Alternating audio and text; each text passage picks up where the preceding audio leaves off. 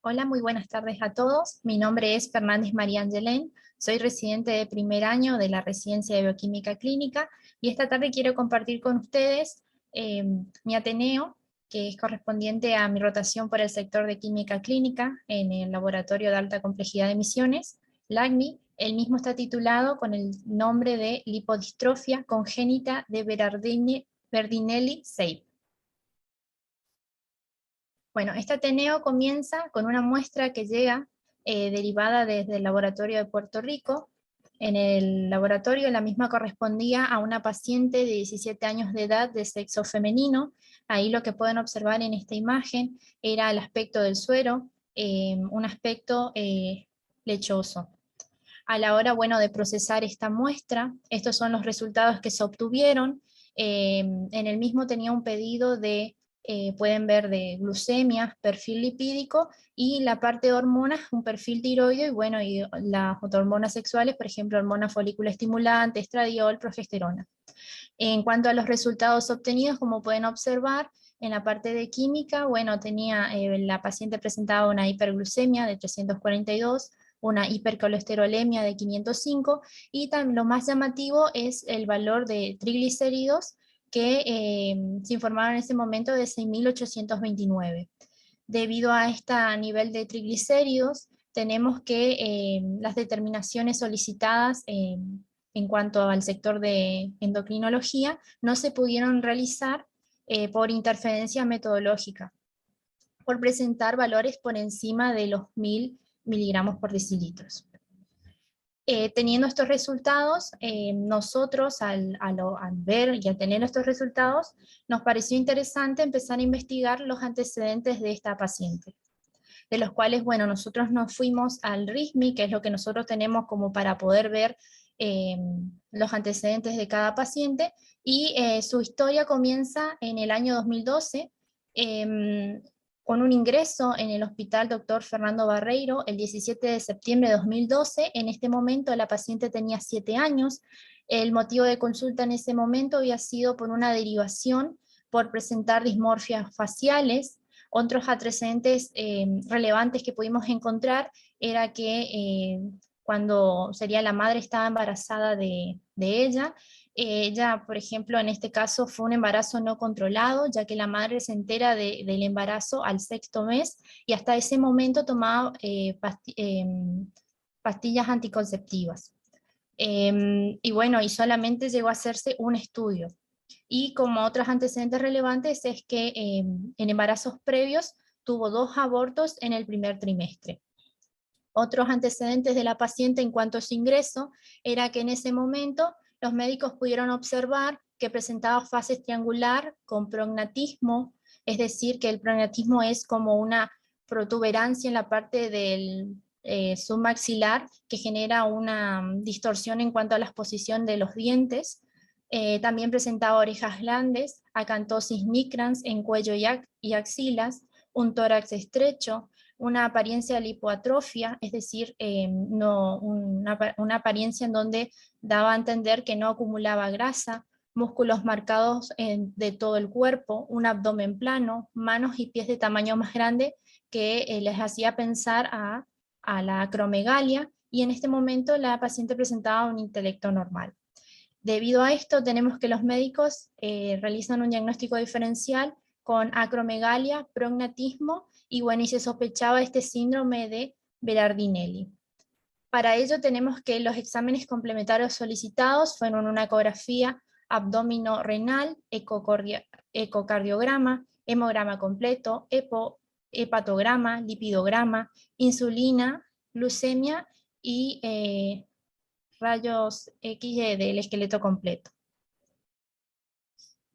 En cuanto a los resultados obtenidos de esos estudios solicitados, el RISME hacía referencia, bueno, de los resultados como el ecocardiograma, en donde se veía una leve dilatación de las cavidades y izquierdas sin correlación hemodinámica y presentaba una levocardia.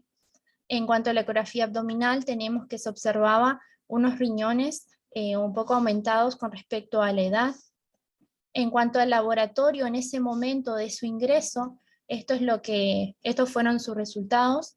tenía una leucocitosis en cuanto al hemograma, ¿no? En cuanto al hepatograma podemos ver la fosfatasa alcalina, bueno, elevada, que esto es algo normal y fisiológico para un niño de 7 años. Tenemos en cuanto al lipidograma, ya empezamos a ver ciertas alteraciones, pero dentro de todo en el límite. Triglicéridos, LDL en valores que forman parte, o sea, que están dentro de los valores límites. Y sí un descenso de HDL, que es de 29, siendo que la referencia tiene que estar por encima de los 100. Y bueno, ya empezamos a ver también alteraciones en aparición de una elevación en cuanto a los índices aterogénicos. En este momento se confirma el diagnóstico de la paciente como una lipodistrofia congénita de Bernardinelli-Seid. Ahora, para poder nosotros, con este diagnóstico, para poder entender un poquitito, voy a hacer referencia a algunos conceptos en cuanto al concepto, etiología y manifestaciones clínicas, para poder contarles de en qué consiste esta patología. Entonces, ¿qué es la lipodistrofia congénita de Bernardinelli-Seid? Tenemos que es un trastorno extremadamente raro, que se encuentra dentro de las categorías de distrofia congénita generalizada, es decir, que afecta a todo el cuerpo.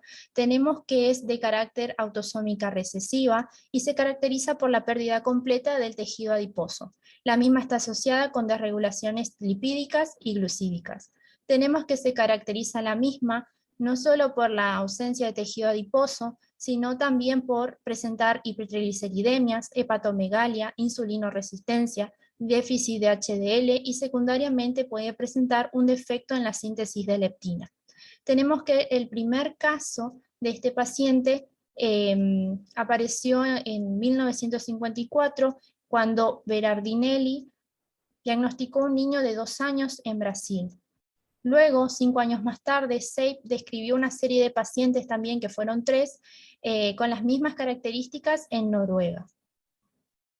En cuanto a la etiología, tenemos que es una patología muy poco frecuente, es decir, entre 12 millones de individuos podemos tener solo un caso. El mismo está asociado a la consanguinidad y afecta a todas las etnias.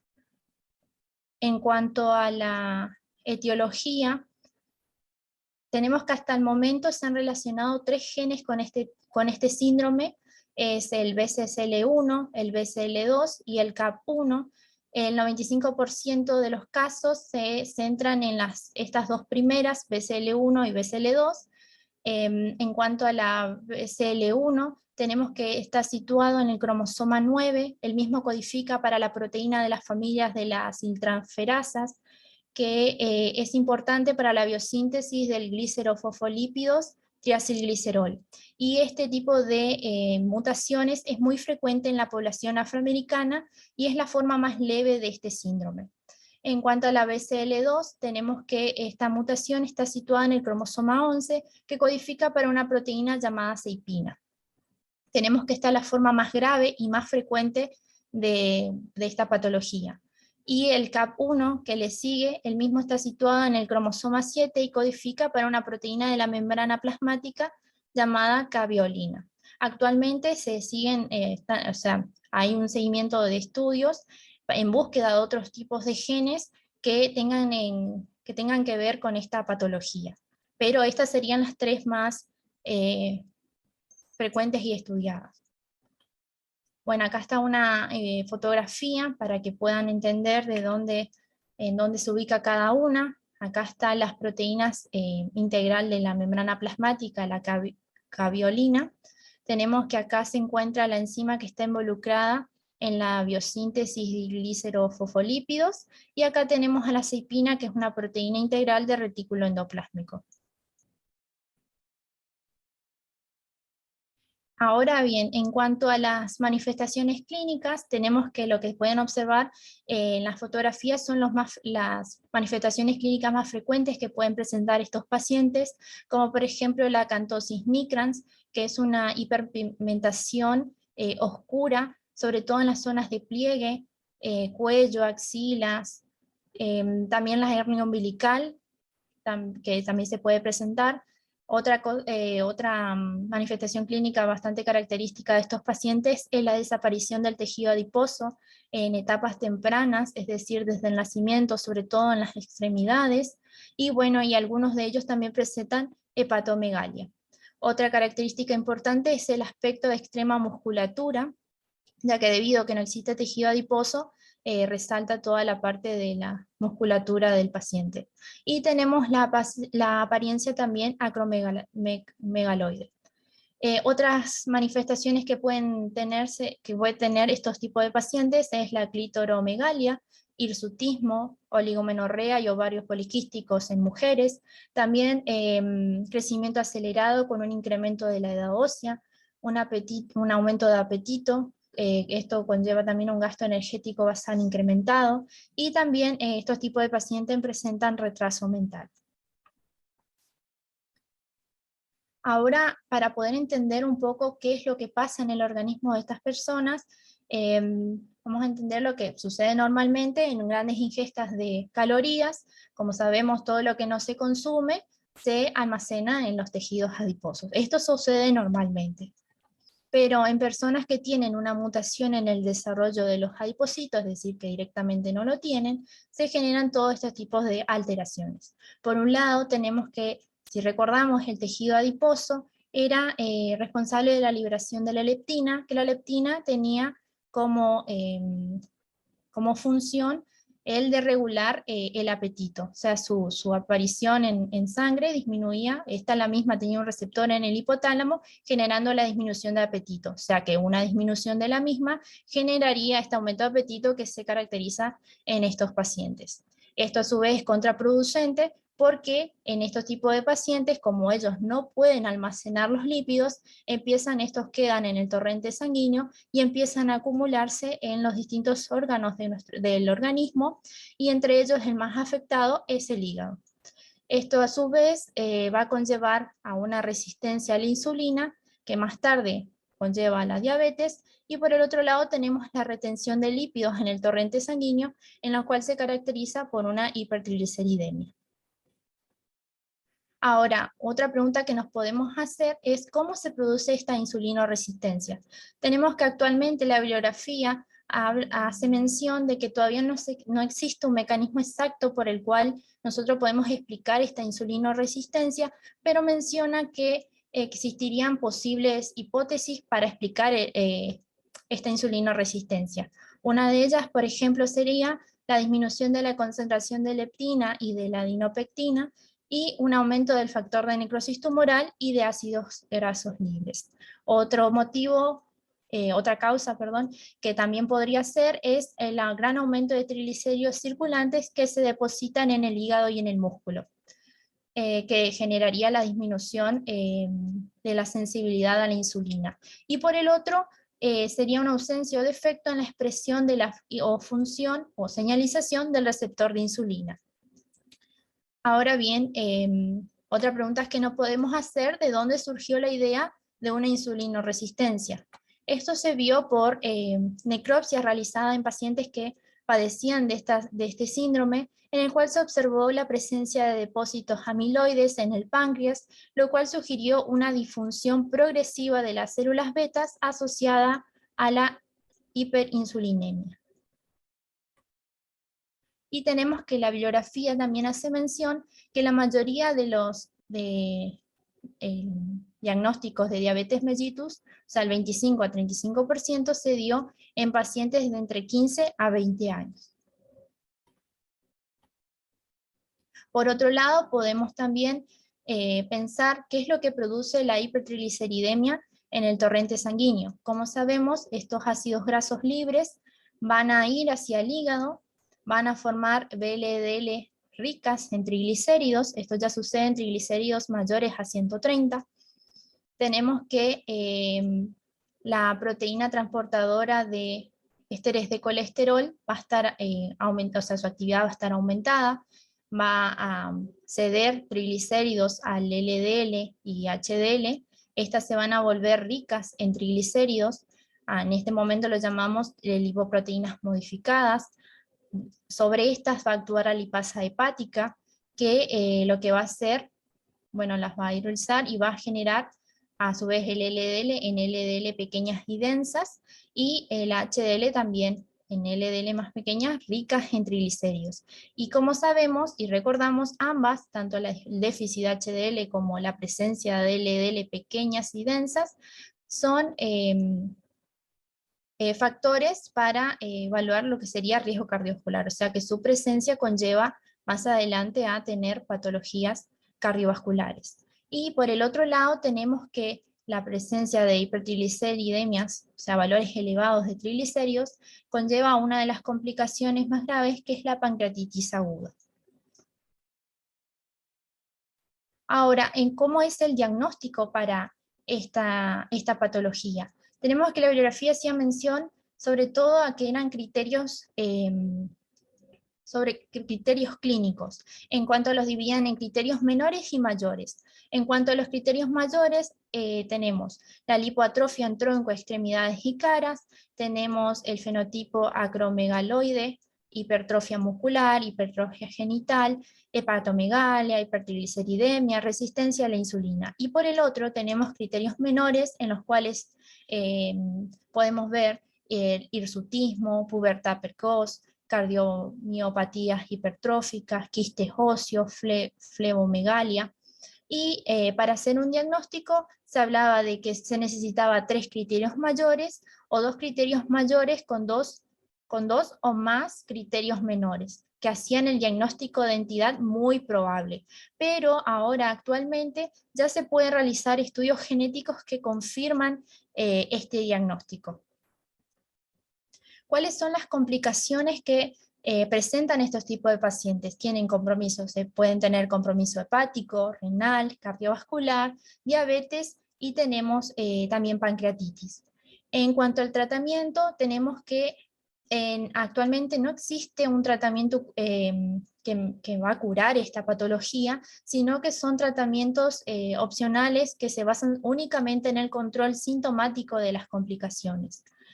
Por un lado, las dosis máximas, por ejemplo, diarias de insulina, pueden no ser suficientes para controlar los niveles de glucosa en sangre, y se vio que la metformina es útil para reducir el apetito y mejorar la resistencia a la insulina, lo cual resulta para un mejor control glucémico. Actualmente hay estudios publicados que mostraron que la terapia, por ejemplo, de reemplazo de leptina parece ser una herramienta que ayuda a la parte metabólica de las complicaciones de esta patología. Entonces, se veía la importancia de destacar que se siga fomentando las investigaciones en este tratamiento.